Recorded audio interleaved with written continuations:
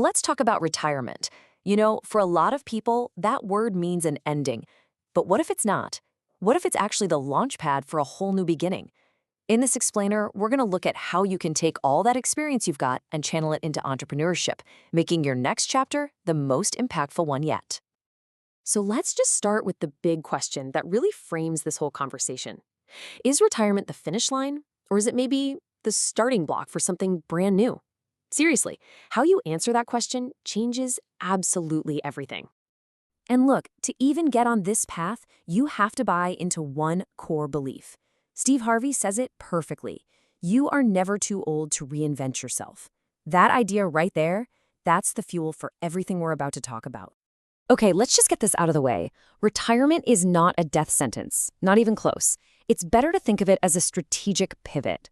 It's your chance to take all that knowledge, all those skills you've built up over decades, and aim that energy at something new, something that could have an even bigger impact, completely on your own terms. So where do we even begin? Well, it's not with a business plan or finding investors. Nope.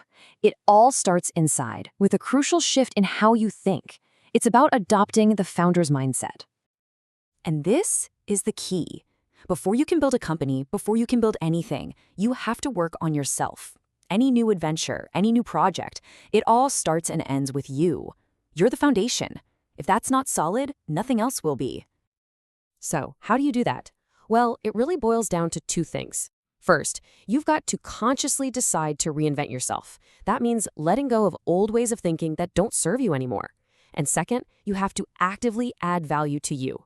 Be ready to unlearn some things, relearn others, and just keep learning. I love this metaphor. It says your ear is a womb. Think about that. Whatever you are constantly listening to, the advice, the news, the ideas, that's what's eventually going to be born into your reality.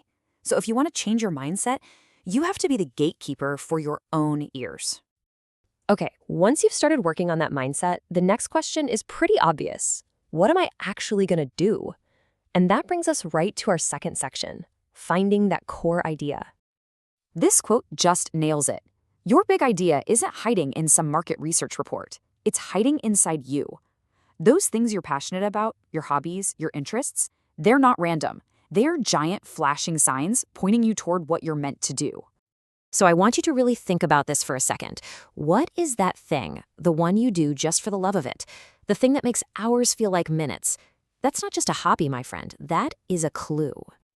And we can get even more specific. Your passion is what you do just because you love it.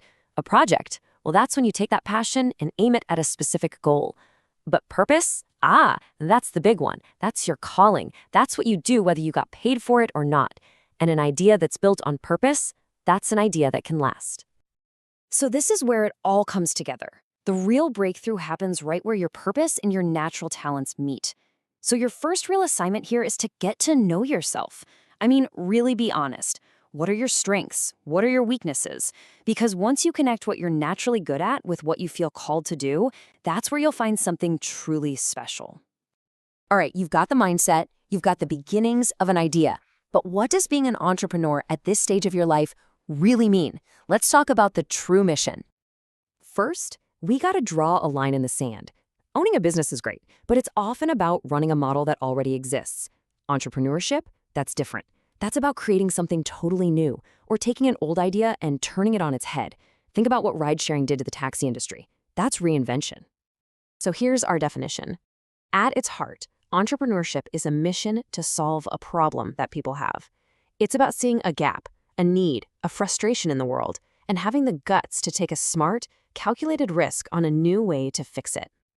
And these are the building blocks of that mission. You've got innovation, the new idea, you've got leadership to guide it and make it real, and you've got that calculated risk, the courage to step out and try something. Okay, so we've got the mindset, the idea, and the mission. Now we got to get practical, because none of this happens unless you know how to manage your most important assets. And here they are, your 4 primary resources. You have to guard these every single day: your intellect, your time, your health, and your money.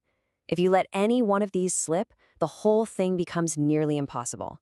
They are your non-negotiables. So let's run through them. Your intellect, be super selective about what you read, watch, and learn. Your time. Stop spending it and start investing it. Ask yourself, what's the return on this hour? Your health. This is the engine for everything. Protect it, because when your health goes, everything else goes with it. And finally, money. Learn the cycle. Make it, save it, and then multiply it. And that brings us to our final section, which is maybe the most important of all. Because this whole thing, it isn't just about starting a business. It's about building a legacy. Now, as you get started on this path, you have to remember this. Failure is not your enemy. In fact, it's a key ingredient. It's the stuff that makes you stronger, smarter, and ultimately ready for success. Don't fear it. This idea, man, it's powerful. Endeavor to die empty. What does that mean? It means you use up every talent, every idea, every bit of passion you've been given. Leave it all out on the field.